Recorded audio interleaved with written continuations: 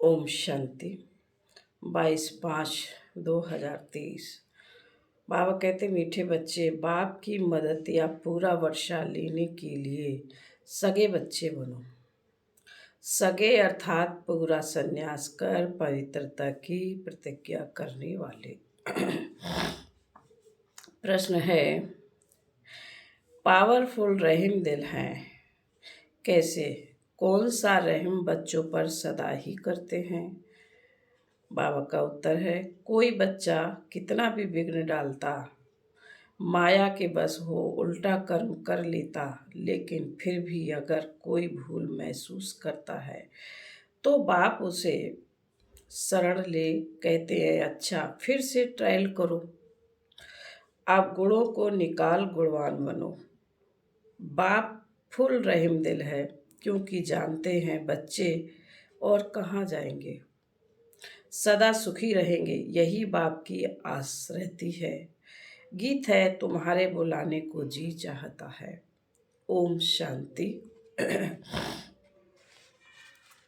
मीठे बच्चे, तुम्हें गोपियां भी कहा जाता है। सतयुग में गोप गोपियां नहीं होते हैं, वहां तो राजधानी चलती है।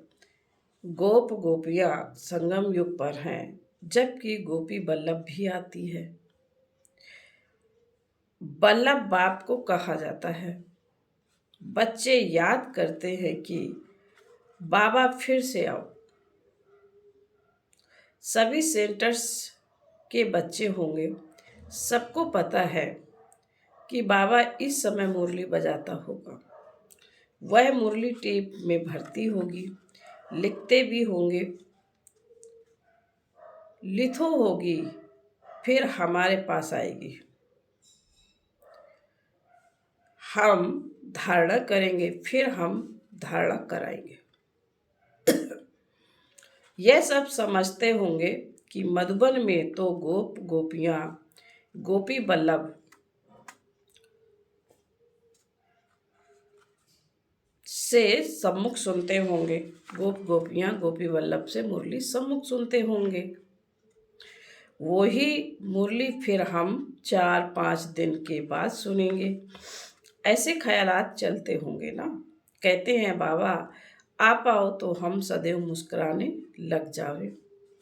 जैसे देवताएं सदैव हर्षित रहते हैं, वहाँ यथा राजा रानी तथा प्रजा सब हर्षित रहते हैं। दुख का नाम निशान नहीं रहता। यहाँ तो है ही प्रजा का राज। तो बच्चे जानते हैं बाबा आकर हमको पढ़ाते हैं। यहाँ गरीब ही अच्छी रीति पढ़ते हैं। जैसे वे गरीब भी कोई MLA, कोई MP बन जाते हैं ना, यहाँ गरीब ही पढ़ सकते हैं, बारिश भी गरीब ही बनते हैं। साहूकार को लफड़ा बहुत रहता है। एक तो धन का नशा, दूसरा फिर फुर्सत नहीं मिलती। बलि भी नहीं चढ़ सकते। यहाँ बलि चढ़ना पड़ता है तन मन धन सहित। साहूकारों का हृदय बदृढ़ होता है, फुरना बहुत रहता है, इसलिए गरीब झट बलि चढ़ते हैं। इसमें भी पहले नंबर में कन्या जाती है। मम्मा भी कन्या है ना, बाप की बनी, और कहेंगे बस मेरा तो सिर्फ बाबा, दूसरा ना कोई। इसको बलि चढ़ना कहा जाता है। गृहस्थ व्यवहार में रहते हुए जैसे कि वहां नहीं है। बुद्धि में शांति धाम सुख धाम ही बसता है। अब हम जाते हैं स्वीट होम, फिर स्वीट राजाई में। गृहस्थ व्यवहार में रहते रचना की भी पालना करनी है, परंतु श्रीमत से। श्रीमत तब मिले जब बलि चढ़े। सर्वशक्तिवान के साथ योग लगाने से ही शक्ति मिलती है। बाप का नहीं बनते तो शक्ति नहीं मिलेगी। सगे और लगे होते हैं, उन सन्यासियों में भी सगे और लगे होते हैं।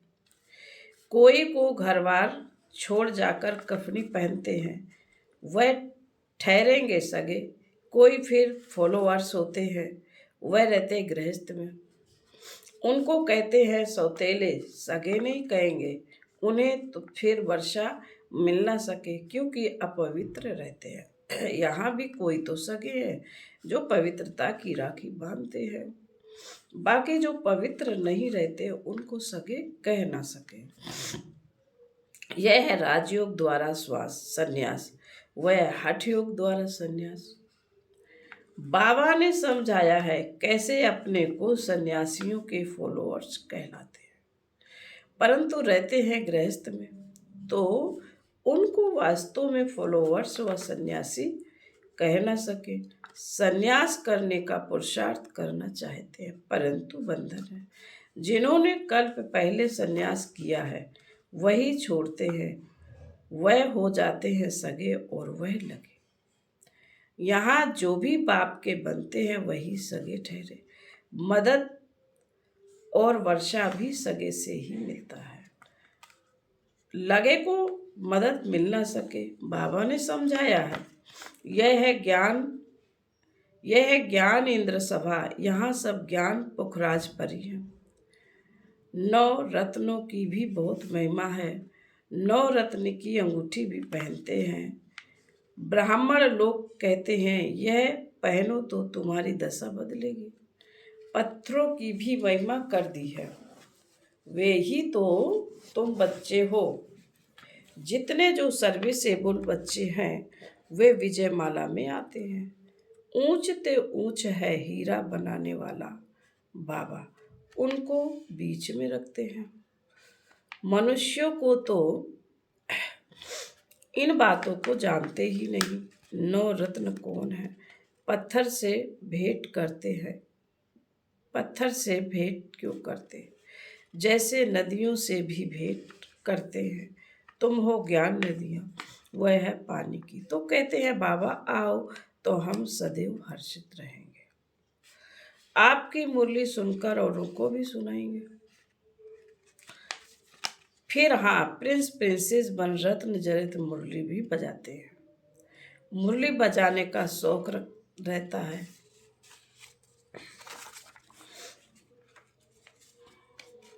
श्री कृष्ण को भी मुरली भी जरूर है, जबकि वह प्रिंस था, रास करता था। बाकी ज्ञान मुरली सुनाना या बजाना तो ज्ञान सागर का ही काम है। वह ज्ञान मुरली बाप आकर चलाते हैं। यह ज्ञान की बात यहाँ होती है, वहाँ ज्ञान की बात होती नहीं होती। अब मुरली बजाने वाली तुम बच्चियों को सतयुग में त्रिकालदर्शी का ज्ञान नहीं होगा। वहाँ यह नॉलेज प्रायः लोप हो जाती है, परंपरा नहीं चल सकती। पीछे तो होती है प्रारब्ध, ज्ञान एक ही बार मिलता है। अभी तो 21 जन्मों के लिए प्रारब्ध पा रहे हो। प्रारब्ध मिलेगी फिर तो बाबा भी परम धाम में जाकर बैठ जाते हैं। तुमको ज्ञान योग से विश्व का मालिक बनाकर हम बाड़ी से पड़े बैठ जाते हैं। फिर वहां मेरे को कोई नहीं जानते। मुझ रचयिता और मेरी रचना को कोई जान नहीं सकते, ना बाप को जानते, ना सृष्टि के आदि मदंत को जानते। वहां यह ज्ञान नहीं रहता। राधे कृष्ण को वहां यह पता हो कि फिर 14 कला बनना है तो राज्य ताज की खुशी गुम हो जाए, यह ज्ञान वहां रहता ही नहीं। बाप हर बात क्लियर कर समझाते हैं। तुम भी सन्यासी हो, वे भी सन्यासी है। वो है हठ योग का सन्यास। सन्यासी हठ का घर बार छोड़ जाते हैं। वहाँ है शंकराचार्य और यह है शिवाचार्य। शिव बाबा ज्ञान का सागर है ना, उनको आचार्य कहा जाता है। श्री कृष्ण आचार्य नहीं है। भगवान शिवाचार्य बैठ तुम बच्चों को समझाते हैं, राजयोग सिखलाते हैं।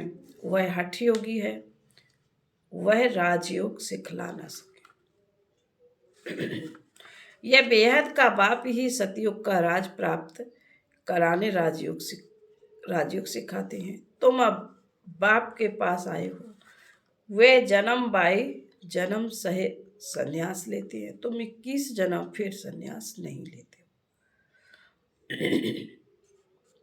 तुम जानते हो यह पुरानी दुनिया है, हम इसको ठोकर मारते हैं।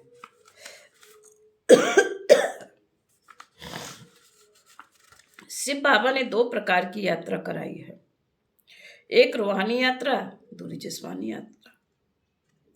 एक रूहानी यात्रा, दूसरी जिस्मानी यात्रा। सुप्रीम बाप कहते मैं तुमको यात्रा पर ले जाता हूं, फिर तुम मृतलोक में नहीं आएंगे। बाप है सुप्रीम पंडा, उनके बच्चे भी पंडे ठहरे। तुम हो रूहानी पंडे, रूहानी यात्रा करने वाले। यह धारण करने की बातें हैं। बच्चे अच्छी रीति धारणा कर समझाते हैं। कोई फिर ऐसे भी हुए जिनका योग पूरा नहीं होता।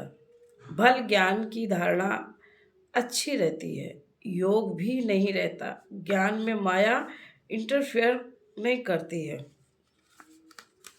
योग में माया इंटरफेयर करती है।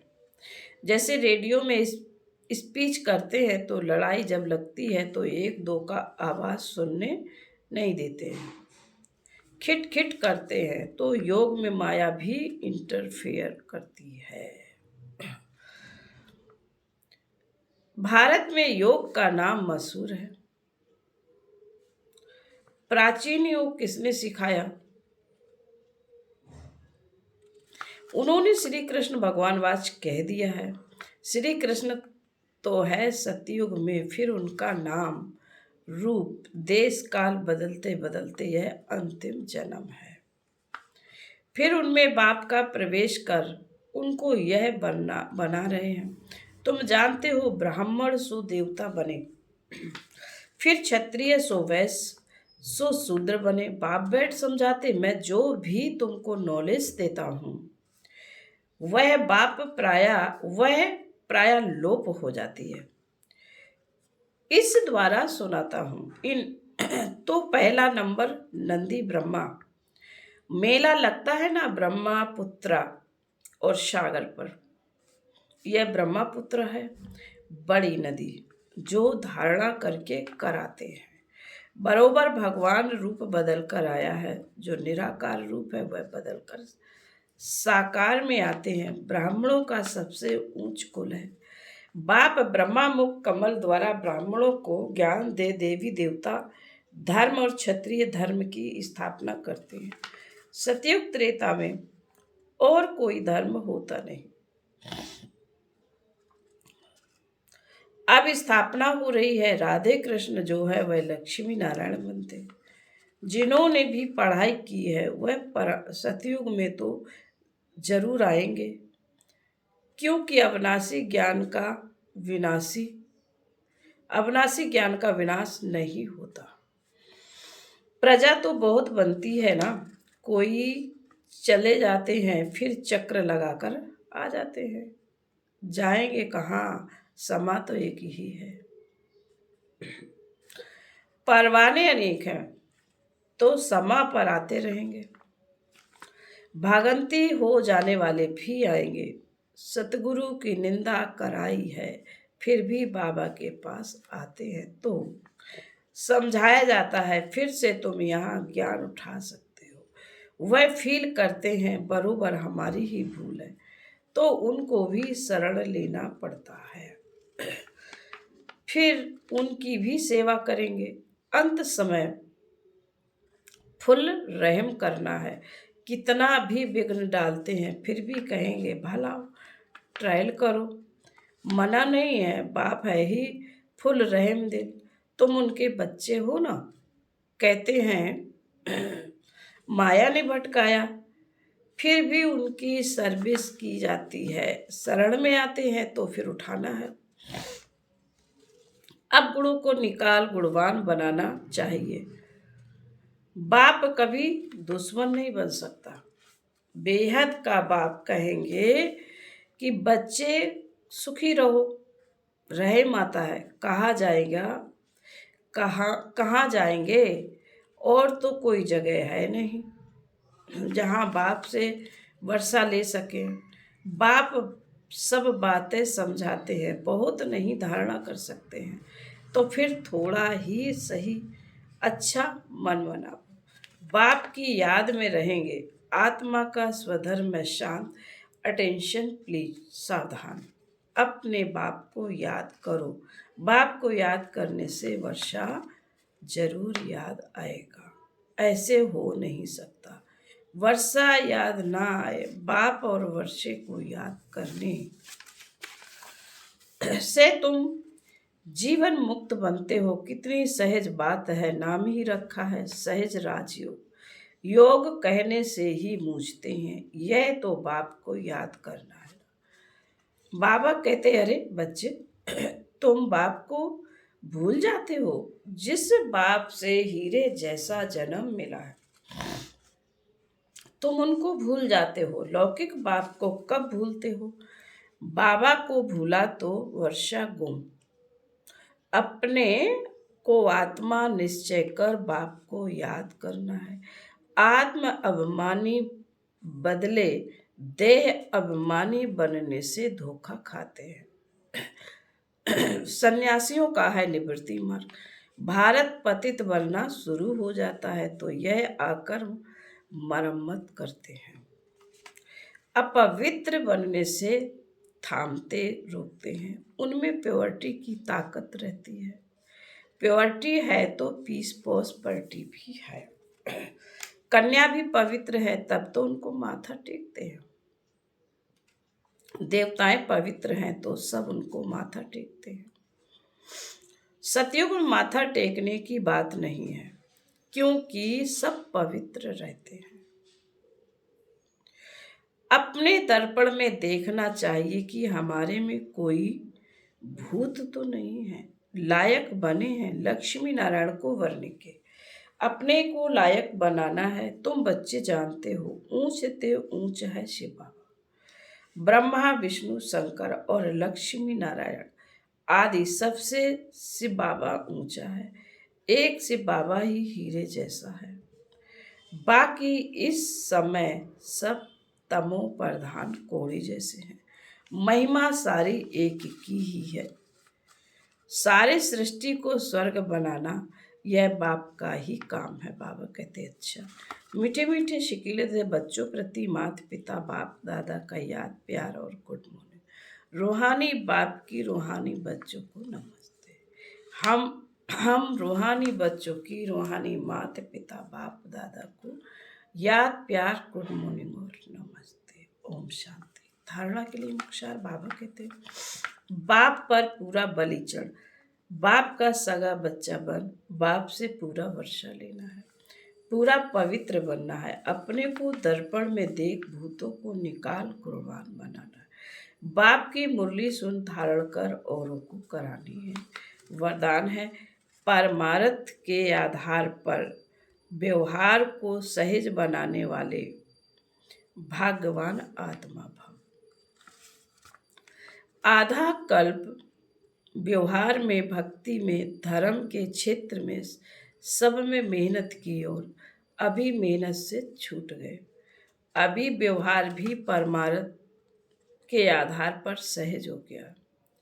निमित्त मात्र कर रहे हो। निमित्त मात्र करने वाले को सदा सहज अनुभव होगा। व्यवहार नहीं है लेकिन खेल है। माया का तूफान नहीं लेकिन ड्रामा अनुसार आगे बढ़ने का तोहफा है। तो मेहनत छूट गई है ना, ऐसे मेहनत से अपने को बचाने वाली श्रेष्ठ भगवान आत्मा हूँ। इसी स्मृति में रहो। स्लोगन है, जीवन में मधुरता का गुण धारण करना ही महानता है। ओम शांति।